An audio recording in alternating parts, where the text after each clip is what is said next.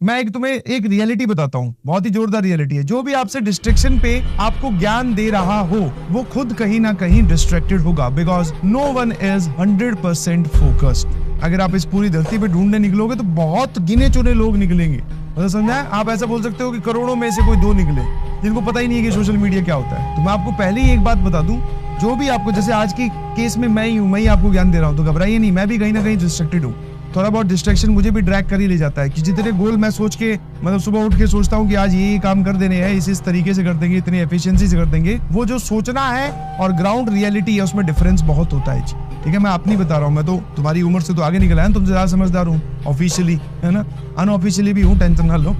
तो होता यही है कि जो आप सोचते हो और जब उसको ग्राउंड पे इंप्लीमेंट करते हो तो देयर इज अ डिफरेंस। बस उस डिफरेंस को आपको मिनिमाइज करना है। वो जीरो कभी नहीं होगा, बट हाँ मिनिमाइज करो कि जितना सोचा उतने करने की कोशिश कीजिए, बट हमेशा रहेगा। और दूसरा, डिस्ट्रैक्शन सबको घेर चुका है, एवरीवन इज डिस्ट्रैक्टेड। तो अभी जो लोग ज्यादा डिस्ट्रैक्टेड है, मेरे ख्याल से जो मेजर रीजन मुझे समझ में आते हैं आपकी एज में, वो या तो गेम्स होंगे, that is included in the mobile. एक हो गया मोबाइल, एक हो गया सर, और क्या क्या हो सकता है? किस किस टाइप के डिस्ट्रैक्शंस हैं आपको जल्दी से बता दीजिए प्लीज। मोबाइल, और फिर सर हो सकता है किसी से, मतलब वैसे तो मैं जानता हूँ तुम सब लोगों को, बट फिर भी किसी के चक्कर में कोई ना कोई फंस गया होगा, तो जिसको आप बोल सकते हो सर अपोजिट जेंडर या फिर लव अफेयर। और किस चीज का डिस्ट्रैक्शन है भाई, जल्दी से बताओ। स्टडी का डिस्ट्रैक्शन है। अब यूट्यूब वही मोबाइल में आ गया, इसमें बहुत सारे हैं, यूट्यूब है, फिर BGMI है ना, फ्रेंड्स, यस यस यस, महिला मित्र, इसमें लव अफेयर का मतलब महिला मित्र वो तो लड़कों के लिए हो गया, हो सकता है कोई लड़की भी बेचारी फंसी गई हो किसी के चक्कर में, क्या पता है। और आप बोल सकते हो फ्रेंड्स।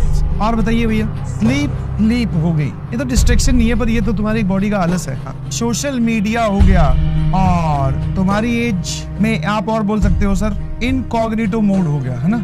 समझिए तुम, मैंने जब ये इनकॉग्निटो मोड लिखा तो उसमें एग्जैक्ट वर्ड लेने की जरूरत नहीं है, I hope you got this. तो ये सारा खेल तो सर मोबाइल में चल रहा है, ये सब बाहर है। फैमिली फंक्शन तो कभी कभी होता है भाई, वो काहे की डिस्ट्रैक्शन होगी? ऐसी कौन सी, इतनी कौन सी बड़ी फैमिली है बेटा जो रोज ही फैमिली फंक्शन हो रहा है? दैट इज ओकेजनल डिस्ट्रैक्शन, हम रेगुलर की बात कर रहे हैं। एक बोल रहा है सर फैमिली वर्क, हाँ ये भी मैं मानता हूँ कि बहुत सारे लोग हो सकते हैं जो घर पे बैठ के पढ़ रहे हों, परिवार में या परिवार के सदस्य द्वारा दिए गए कामों को या कामों में उलझे रह जाए कि जा बेटा दूध ले आ, जा बेटा उसको ये बोला, जा बाजू वाले के घर से बर्फ ले आ, ये जो भी ये सब चीजें। डे ड्रीमिंग भी है। आ जाओ भाई साहब, तुम्हें बहुत डिस्ट्रैक्शन है यार, इतनी तो मैंने नहीं सोची थी।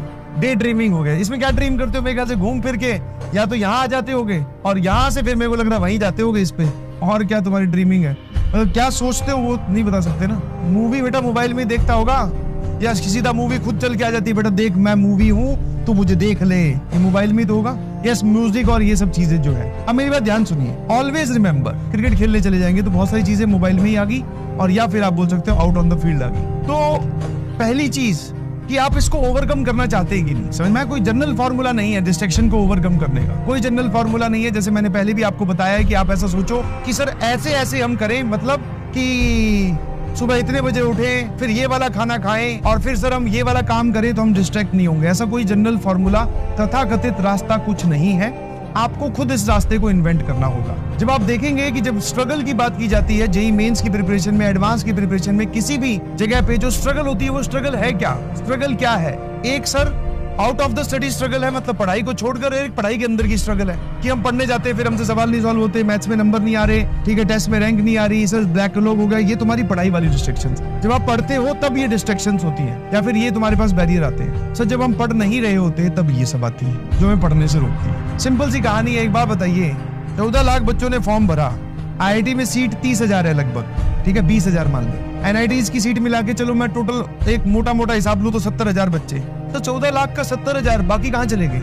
बाकी कोई ये लिए बैठा है, कोई ये लिए, ये तो चलो बहुत छोटा सा फैक्टर है, सबके साथ होता है। कोई ये लिए बैठा है, कोई ये लिए बैठा है, कोई ये लिए बैठा है। समझ पा रहे हो कि जब आप इनको ओवरकम करने जाते हो, जैसे मान लो कोई बच्चा बोले सर ये वाली हमें आदत है, ठीक है, भगवान ने हमें ऐसे ही बनाया भाई, ठीक है, जिस एज में आप है तो आपके जो है वो हार्मोनल चेंज हो रहे हैं, ये सब फीलिंग आनी नेचुरल है। समझ पा रहे हो? बट यस, अगर मैं बात करूं तो आपको इस फीलिंग को सप्रेस करना पड़ेगा। अभी आप उसी डायरेक्शन में बह गए, उसी डायरेक्शन में ही जाते गए, अच्छा लगता होगा आपको, है ना, वो रोकना पड़ेगा। बायोलॉजिकली आई कैन अंडरस्टैंड ये स्टेटमेंट करेक्ट या इनकरेक्ट दोनों ही हो सकती है, कि कोई डॉक्टर अगर मेरी ये बात सुन रहा होगा तो वो बोलेगा कि देखो ये एक फीलिंग दबाने के लिए बोल रहा है। नहीं, मैं इस पर्टिकुलर सेगमेंट या इस पर्टिकुलर टाइम के लिए मैं आपको बोल रहा हूँ कि आप इस फीलिंग को अपना कंट्रोल करके रखिए। भी एक सत्य है कि बच्चे जो हैं वो स्ट्रेटजीज बहुत बनाते हैं, बहुत। 5 मंथ के बाद में 4 मंथ, फिर 3 मंथ, फिर 2 मंथ, फिर लास्ट मंथ स्ट्रेटजी। और ये स्ट्रेटजी की सबसे कम जरूरत उसको पड़ती है जो